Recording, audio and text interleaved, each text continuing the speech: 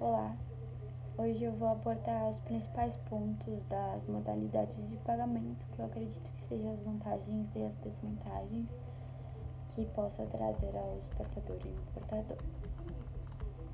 Eu vou começar pela remessa antecipada, que nada mais é o inverso da remessa sem saque, né? E o maior risco fica ao importador, porque ele tem que pagar antes de ter a comprovação do embarque da mercadoria, né?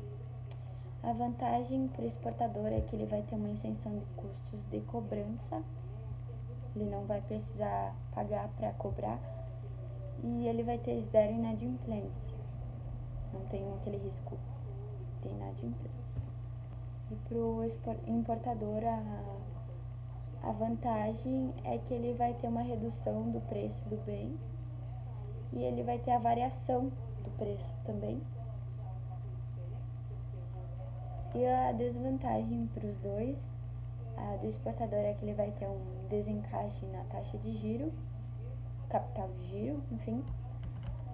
E ele vai ter que assumir também os riscos políticos e comerciais. E para o importador o risco, a desvantagem, quer dizer, é o risco cambial, né? O maior risco que ele vai ter. Remessa sem saque, que nada mais é que o exportador envia os documentos e as mercadorias diretamente para o importador e ele vai ter que pagar aquele montante, né?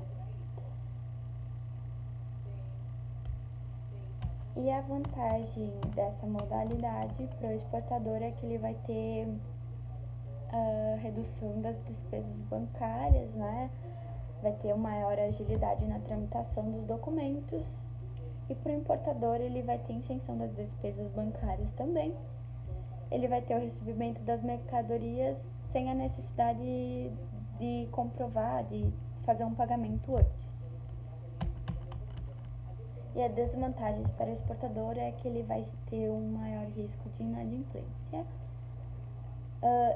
E para o importador ele tem o risco de extravio dos documentos, não tem nada que assegure que ele vai receber os documentos lá, então tem o risco de extravio.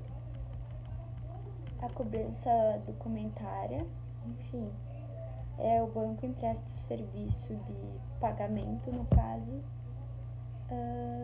e não vai garantir que vai ter o resultado da cobrança, né?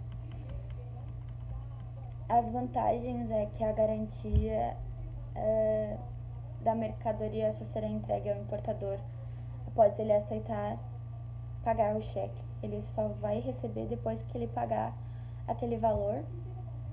E para o importador ele vai ter mais facilidade na intermediação da operação da tramitação, porque vai ser via o banco. Isso vai assegurar que ele vai receber o documento, não vai ter extravio. E o risco é que o exportador vai ter que assumir todo o custo bancário pela operação e vai ter risco de inadimplência também. Isso não baixa o risco da inadimplência. E o importador ele só vai ter a liberação da mercadoria depois que ele fazer o pagamento. Isso porque se ele não fazer o pagamento, ele não vai ter liberação. Talvez possa ser que a mercadoria dele fique lá no porto e só vai sair do porto quando ele fazer o pagamento. Carta de crédito. Essa é a modalidade de mais baixo risco para os dois, para o exportador e para o importador. Enfim, a vantagem é que o exportador vai ter a garantia do recebimento do valor e ele vai ter que cumprir os termos e as condições da carta de crédito. E a vantagem para o importador é que ele vai ter o pagamento da operação somente depois que o exportador, no caso, depois que ele ter a confirmação que o exportador cumpriu com todos os termos e as condições da carta de crédito. As desvantagens: vai ter uma discrepância no valor para o exportador, ele pode ser que ele tenha uma redução do valor que ele vai receber por causa que a carta de crédito vai ter um custo, né? Mas o custo real da carta de crédito fica com o importador. Essa é a desvantagem dele, né? Então eu posso concluir que as modalidades de pagamento são muito importantes para o comércio internacional, porque elas padronizam o processo, né? Porque elas também podem facilitar. Eu penso que se não tivesse essas modalidades, seria um conflito entre ambas as partes, né? Na negociação, enfim. Então, as modalidades de pagamento, elas facilitam uma negociação. E acredito também que sem elas haveria bastante problema nos pagamentos, né? Não receber o pagamento, enfim. Esse é o meu diálogo e o meu vídeo. Muito obrigada!